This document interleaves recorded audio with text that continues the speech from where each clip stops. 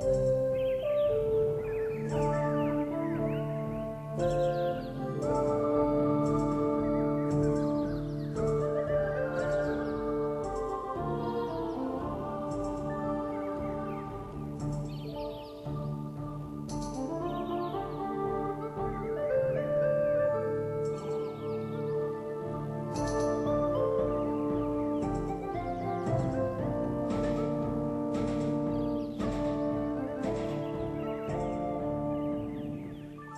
medicine wheel is a symbol that has been in use for over 10,000 years by the native people of North and South America.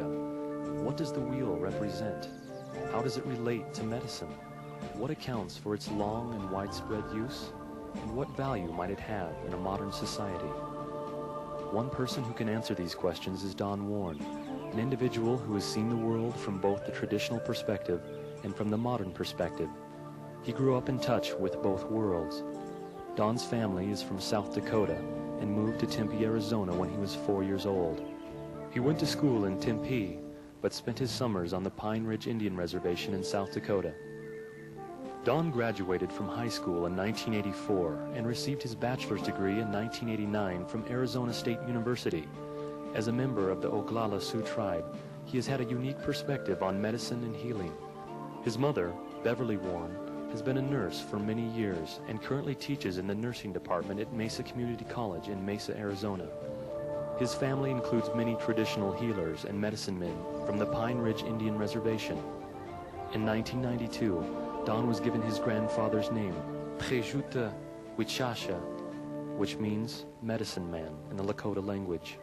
In addition, his father, James Warne Sr., had been diagnosed as having multiple sclerosis in 1979, and Don has witnessed his father's treatments from traditional and modern medicine approaches. In 1993, Don began his 4th year of medical school at Stanford University on his way to becoming a family physician.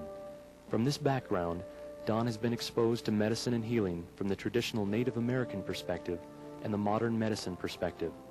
Let's hear now from Don Warne as he gives us his insights into the time-honored medicine wheel and how its use may extend from the traditional to the modern. What I'm talking about today is the medicine wheel. The medicine wheel is an ancient symbol that has been used to symbolize many things to the indigenous people of North America and South America. The earliest accounts of the medicine wheel date back thousands of years among the Lakota people, who are more commonly known today as the Sioux. There are many interpretations of what the medicine wheel symbolizes, just as there are many Native American tribes and languages. The symbolism I will be talking about is what I've learned from my family and from other traditional Lakota people.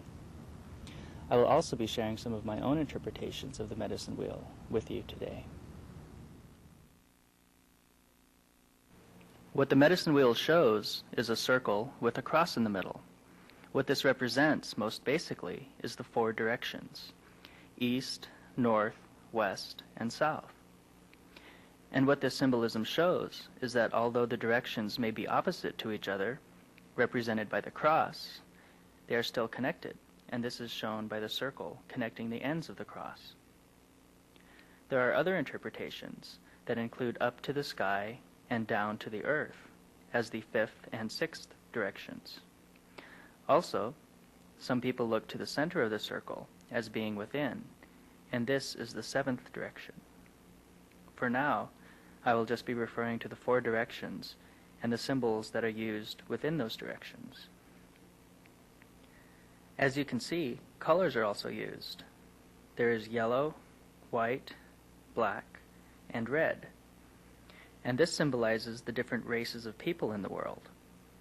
Yellow being people from Asia, white being people from Europe, black being people from Africa, and red being people from this continent. Sometimes people ask, well, where's brown? For the Latino groups. But actually they are represented here, because the red and the white, the indigenous people here and the Spaniards, blended together to form the Latino groups. In an ideal world, all of the colors would be able to overlap with each other, but unfortunately there are many interracial conflicts. Within the 4 directions, we look at gifts coming to us from the four directions. In the traditional Lakota way, it is believed that everything in nature is sacred and was sent to us as a gift from the Great Spirit, Wakantanka. Here are some examples of the gifts given to us from the four directions. In addition to the colors, yellow, white, black, and red, there are also basic elements: fire, air, earth, and water. Fire is a gift from the east, along with the sun. Air is a gift from the north, along with the animals. Earth is a gift from the west, along with the minerals. And water is a gift from the south, along with the plants. And if you think about these gifts from the perspective of the Great Plains, these directions make a lot of sense. For example, the sun rises in the east, and it is yellow, like fire. White is from the north, where the snow comes from, along with the northern winds. The sun sets in the west, so it is black. Also, the Black Hills, or Black Earth, and the Rocky Mountains are to the west of the plains. Minerals are also a gift from the west. And if you think of Black Hills gold, these gifts make a lot of sense. And to the south, red can be thought of as the people and the deserts to the south. And water and plants can be thought of as representing the rainforests in Mexico and South America. The medicine wheel shows that even though they are in opposite directions, destroying the rainforests to the south can affect the air to the north, because the gifts are all connected by the circle. The most basic part of medicine in the medicine wheel is symbolizing what a person is. To the east, there is the spiritual aspect. To the north, there is the mental aspect.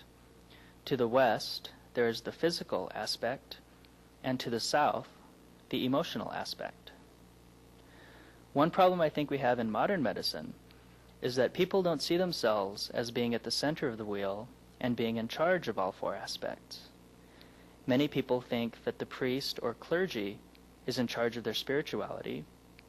Their teachers or psychiatrists are in charge of their mental health.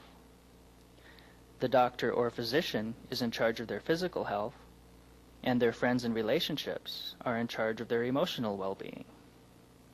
In this way, people have an external locus of control, because they are not in control of all four aspects. Whereas in the traditional Lakota way, the person is seen as being at the center of the wheel and being in charge of their own spiritual, mental, physical, and emotional health. In this way, there is an internal locus of control. Also in the traditional Lakota way, illness is seen as being an imbalance in this wheel. And what the traditional healers do is help people get back into balance through prayer, meditation, herbal medicine, and getting in touch with emotions. A difference between modern medicine and traditional medicine is that the person takes an active role in their own healing process by working with the medicine man. Whereas in modern medicine, many people believe it is the doctor's responsibility to make them well, and they take on a more passive role in the healing process. This attitude often manifests itself as anger or frustration when people cannot find a quick fix to a physical ailment.